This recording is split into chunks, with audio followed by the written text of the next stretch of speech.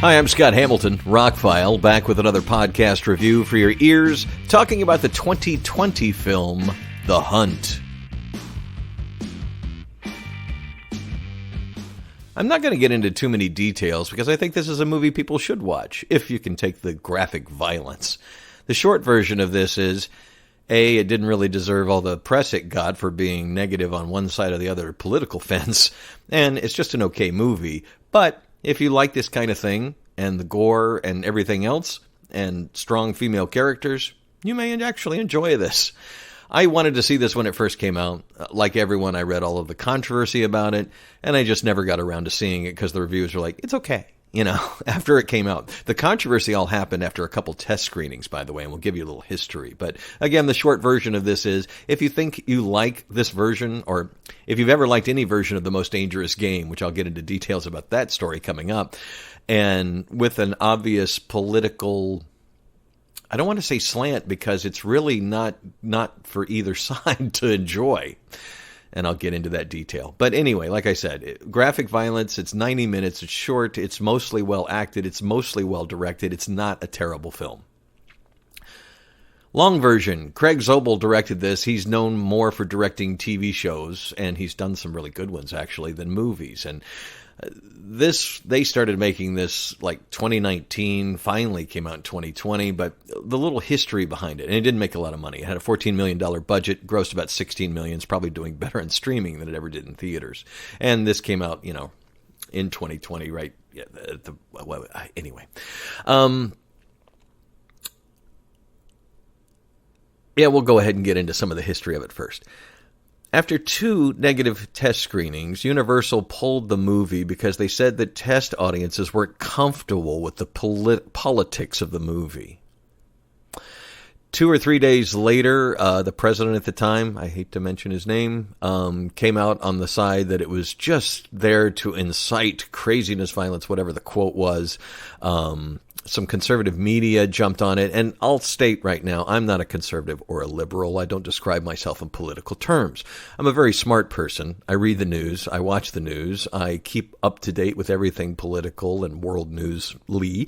But I don't look at them as heroes or champion them or whatever. I've met many politicians throughout my career, and most of them are just out to keep power, no matter how much they say they're doing something for the people or whatever. Please. Anyway, to me, politics is a necessary evil, and it's something that just frustrates me, so I don't, I pay attention to what's going on with the big names, but other than that, the minutia that goes on beneath, not so much. So, originally, the conservative side of the fence came out and said this was negative towards them. And let me tell you what the movie is really about. Liberals are hunting conservatives for sport. That's the basic gist of the movie. That's what happens. A group of people wake up in a field. They don't know why they're there. And you can tell by what everybody says which side of the political fence the quote-unquote deplorables are on and which side of the fence the elite are on. But I'll be honest with you, kids, it doesn't paint either one in a positive light. It really doesn't. It doesn't stand on one side or the other. Matter of fact, that's one of the best things about the movie is you don't really know the intention of the filmmakers on what side they were trying to. To me, and what I got out of it on first watch, they are trying to illustrate the vast divide between the two sides of the political fence. How far apart we've gotten and how we can't see each other's side in any way, shape, or form. Because honestly, I mean, for people to say, well, it's against conservatives. Well, the conservatives are kind of the heroes because they're the ones who are kidnapped and being hunted, and the liberals are pretty much the bad guys. But on the flip side, they said, well, it's actually a satire and it's trying to go the other way. No, I think the filmmakers' intentions were to show how crazy both sides can get. And just not paying attention to what the others have to say or anything like that. And it does delve into political correctness, news media changing things, that kind of stuff. But all in all, it's a 90-minute, very gory action film that I had a good time with, actually. I started watching it because I had some time to kill. It was on HBO Max for free, so I'm like, why not? While I was waiting to watch another movie or whatever, and I figured I wouldn't have to finish it, and I did. The filmmaking is pretty good. Like I said, the director is known more for television episodes than he is for making big films. But, executing this was not terribly easy, considering how they slowly reveal the facts of what's really going on and who's behind it and all that kind of stuff. I thought that was handled pretty well for the most part. The action's pretty good, and I love Betty Gilpin in this movie. She plays Crystal, has to go up against Hilary Swank and the other elites, if you will.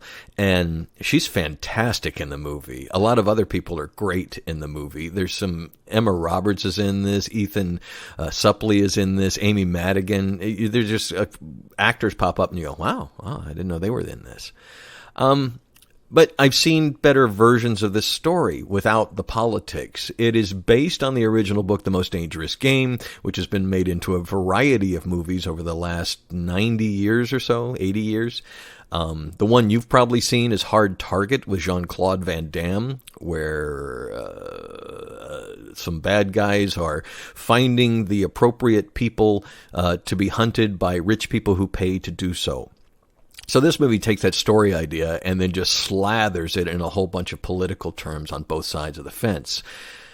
Were they 100% successful? Well, obviously not, because people are still confused what the movie's about. And I'm sorry, I'm watching it first time. I got it. It's not about one side or the other. It's showing how crazy they both are. We've gotten a little ridiculous in this country and others. My side's right and your side's wrong. Growing up, Republicans and Democrats were pretty much cut from the same cloth in the 70s and early 80s for the most part. There were slight differences in each platform, but you could basically say, well, either or. These days it's so radically different, and I just don't understand why we can't all get along. Vote for whoever you're going to vote for and move on with your life. That's how I do it. But anyway, so the movie, it's worth watching if you have an interest in it. If you want to see a different version of The Dangerous Game, it obviously, even critics didn't know, because it's been called an action comedy. It's been called a political action movie / horror film. And yeah, early on in the film, somebody gets their eyeball pulled out and is showed right to the camera, and several people get their heads blown off right in camera, and people are killed with arrows, hand grenades, you name it. It's quite gory, and the gore is mostly practical and done really, really well. When there's blood splatter, it's real, it's not CG. I got to say that they doubled down on all the practical effects, and that made it much better. It's a little murky in the politics by design. They didn't want to come down on one side or other, and that people still don't get what the movie is about kind of boggles my mind, but that is what it is. Again, short version, the movie's entertaining, but not the best thing I've ever seen, but I didn't turn it off, and I was quite surprised and really kind of enjoyed the ending. But The Hunt is available on streaming services. I watched it free on HBO Max. The stream was solid, looked great.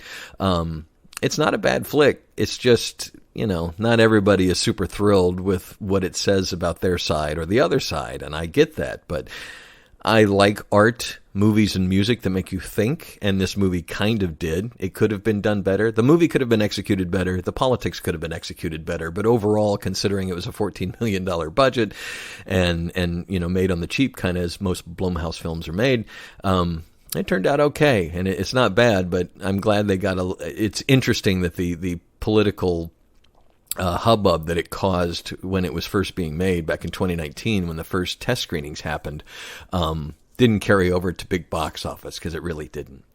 But now that we're a year and a half removed from this and watching it now, well, like I said, not bad. Best review I can give for it. So check out The Hunt on streaming services if you'd like. It definitely wasn't a bad way to waste under 90 minutes. I'm Scott Hamilton. I'm ROCKFILE. TheRockFile.com is my website. Please check it out for links and more. Thank you for liking, sharing, subscribing, and have a spectacular day.